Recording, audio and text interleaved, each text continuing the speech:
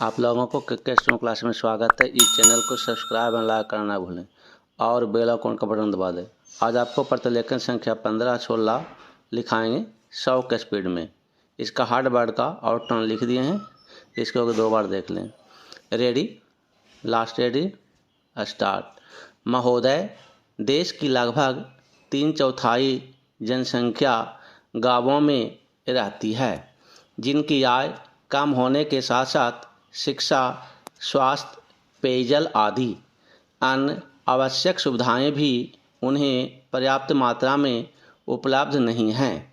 ग्रामीण क्षेत्रों और ग्रामीणों, विशेषकर अनुसूचित जातियों, जनजातियों, कमज़ोर वर्गों और गरीबी की रेखा से नीचे रहने वाले लोगों का विकास एवं गरीबी उन्मूलन भारत की विकास योजनाओं का प्रमुख उद्देश्य रहा है। ग्रामीण विकास का व्यापक दायरा है, जिसमें ग्रामीण क्षेत्रों एवं ग्रामीणों के जीवन स्तर का सर्वांगीण विकास शामिल है। इसका अर्थ निर्धनतम लोगों की अपने स्थानीय सामाजिक एवं आर्थिक परिस्थितियों में उत्पादन क्षमता की वृद्धि है। ग्रामीण विकास की प्रक्रिया में पूंजी का निवेश एवं उसका विस्तार, उत्पादक शक्तियों का विकास तथा निर्धन एवं बेरोजगार ग्रामीणों का अर्थव्यवस्था के उत्पादक विकासशील क्षेत्रों में सम्मिलित होना आवश्यक है। मंत्रालय की गतिविधियों का मुख्य उद्देश्य गरीबी पर सीधा प्रहार है, जिसके अंतर्गत विशेष मजदूरी, रोजगार व स्वरोजगार कार्यक्रम, भूमि सुधार, बंजर भूमि विकास एवं जल संभरण विकास कार्यक्रम है। इसमें स्वच्छ पेयजल की व्यवस्था, ग्रामीण स्वच्छता, कृषि विपणन, ग्रामीण आवास है तथा लोक कार्यक्रम तथा ग्रामीण प्रौद्योगिकी विकास परिषद द्वारा सहायता और राष्ट्रीय ग्रामीण विकास संस्थान एवं कृषि विपणन केंद्र के माध्यम से प्रशिक्षण की व्यवस्था शामिल है। पहला चेंज, गरीबी उन्मूलन के प्रयासों का महत्व इसकी योजनाओं के आवंटन में वृद्धि को बताता है।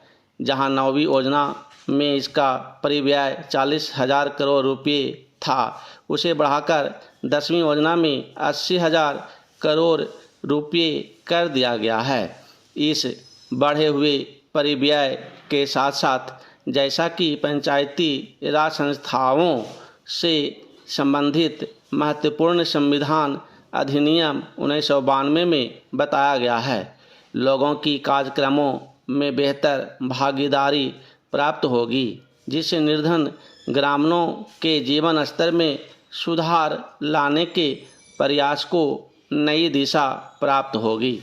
ग्रामीण क्षेत्रों में गरीबी उन्मूलन के राष्ट्रीय प्रयास में ग्रामीण विकास मंत्रालय के मुख्य कार्यक्रमों को दी गई नई दिशा की एक झलक इस पुस्तिका में प्रस्तुत है।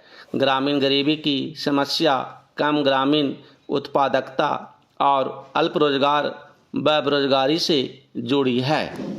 यद्यपि विकास के समान प्रक्रिया के अधीन की उत्पादक रोजगार के अधिकाधिक अवसर सृजित किए जाते हैं, फिर भी ग्रामीण लोगों के लिए रोजगार पैदा करने तथा आय के कुछ न्यूनतम स्तर प्राप्त करने हेतु विशेष रोजगार कार्यक्रमों की सतत आधार पर जरूरत है। उपर्युक्त उद्देश्य को ध्यान में रखते हुए समय समय पर रोजगार सृजन की विभिन्न योजनाएं चलाई गई थी। 7वीं योजना के आखिरी वर्ष में 1 अप्रैल 1989 से उस समय विद्यमान 2 रोजगार कार्यक्रम, राष्ट्रीय ग्रामीण रोजगार कार्यक्रम और ग्रामीण भूमिहीन रोजगार गारंटी कार्यक्रम को जवाहर रोजगार योजना नामक ग्रामीण रोजगार कार्यक्रम में मिला दिया गया था। जवाहर रोजगार योजना का मुख्य उद्देश्य ग्रामीण क्षेत्रों में बेरोजगार पुरुषों तथा महिलाओं के लिए अतिरिक्त फायदेमंद रोजगार का सृजन करना है। ग्रामीण आर्थिक आधार ढांचे को सुदृढ़ बनाकर सतत आधार पर रोजगार के अवसर सृजित करना है। Para change. महोदय, सामुदायिक और सामाजिक परिसंपत्तियां सृजित करना ग्रामीण गरीबों को प्रत्यक्ष तथा निरंतर लाभ पहुंचाने हेतु उनके लिए परिसंपत्तियों का निर्माण करना, मजदूरी स्तरों पर सकारात्मक प्रभाव डालना, ग्रामीण लोगों के जीवन स्तर में समग्र रूप से सुधार लाना। गरीबी की रेखा से नीचे बसर करने वाले लोग लक्षित वर्ग हैं। अनुसूचित जातियों, अनुसूचित जनजातियों और मुक्त बंधुआ मजदूरों को वरीयता दी जाती है। रोजगार के 30% अवसर महिलाओं के लिए आरक्षित हैं। केंद्र और राज्यों द्वारा 80 व 20 के अनुपात में व्यय वहन किया जाता है। केंद्रीय आवंटन देश के कुल गरीबों की तुलना में राज्य संघ शासित क्षेत्र के गरीब ग्रामीण लोगों के अनुपात के आधार पर किया जाता है और वे सभी कार्य शुरू किए जा सकते हैं जिनसे टिकाऊ उत्पादक स्वरूप की सामुदायिक परिसंपत्तियों का सृजन होता है। पंचायत समिति द्वारा परियोजना का मूल्यांकन और अनुमोदन किए जाने के पश्चात उसे अनुमोदन देने हेतु ग्राम पंचायत सक्षम है। संसाधनों का कम से कम 60% तक भाग मजदूरी घटक पर खर्च करना होता है। पहला चेंज। जवाहर रोजगार योजना के कार्यों के निष्पादन हेतु ठेकेदारों अथवा बिचौलियों को लगाए जाने की अनुमति नहीं है।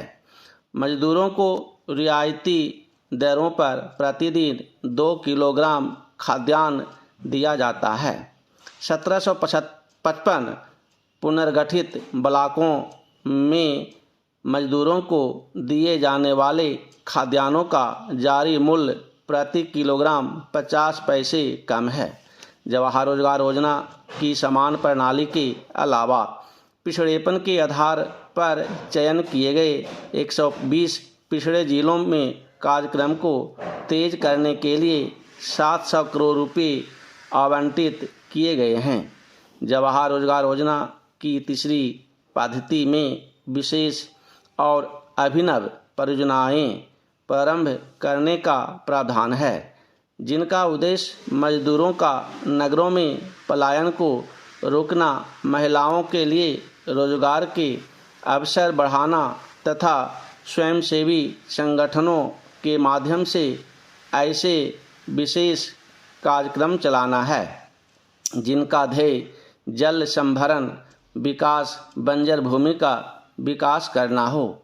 मानव जीवन यापन के लिए आवास महत्वपूर्ण है और इसलिए सामाजिक आर्थिक विकास के लिए यह आवश्यक है। ग्रामीण लोग अच्छे उन्नत किस्म के मकानों की अत्यंत आवश्यकता महसूस करते हैं। ग्रामीण गरीब लोगों की आवास संबंधी आवश्यकताओं को पूरा करने के प्रयासों के एक भाग के रूप में नई 1985 में इंदिरा आवास योजना शुरू की गई थी।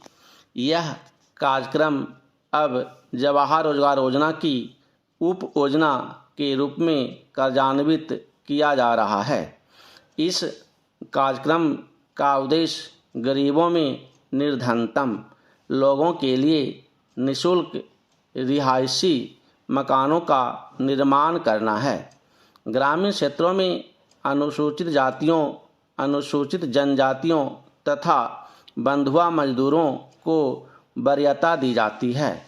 जवाहर रोजगार योजना के तहत राष्ट्रीय स्तर पर 10% संसाधन इस कार्यक्रम के लिए निर्धारित किए जाते हैं। जिलों में निधियों का वितरण अनुसूचित जातियों, अनुसूचित जनजातियों तथा मुक्त बंधुआ मजदूरों की कुल ग्रामीण जनसंख्या में से इस विशेष वर्ग के गरीबों के अनुपात के अनुसार किया जाता है। मकानों का आवंटन लाभ भोगी परिवार की महिला सदस्य के नाम किया जाता है। Thank you. ये डिक्टेशन अच्छा लगा तो सब्सक्राइब एंड लाइक करना ना भूलें। इसको 1-2 बार लिखें, ऑटोमेटिक आपका स्पीड बढ़ जाएगा।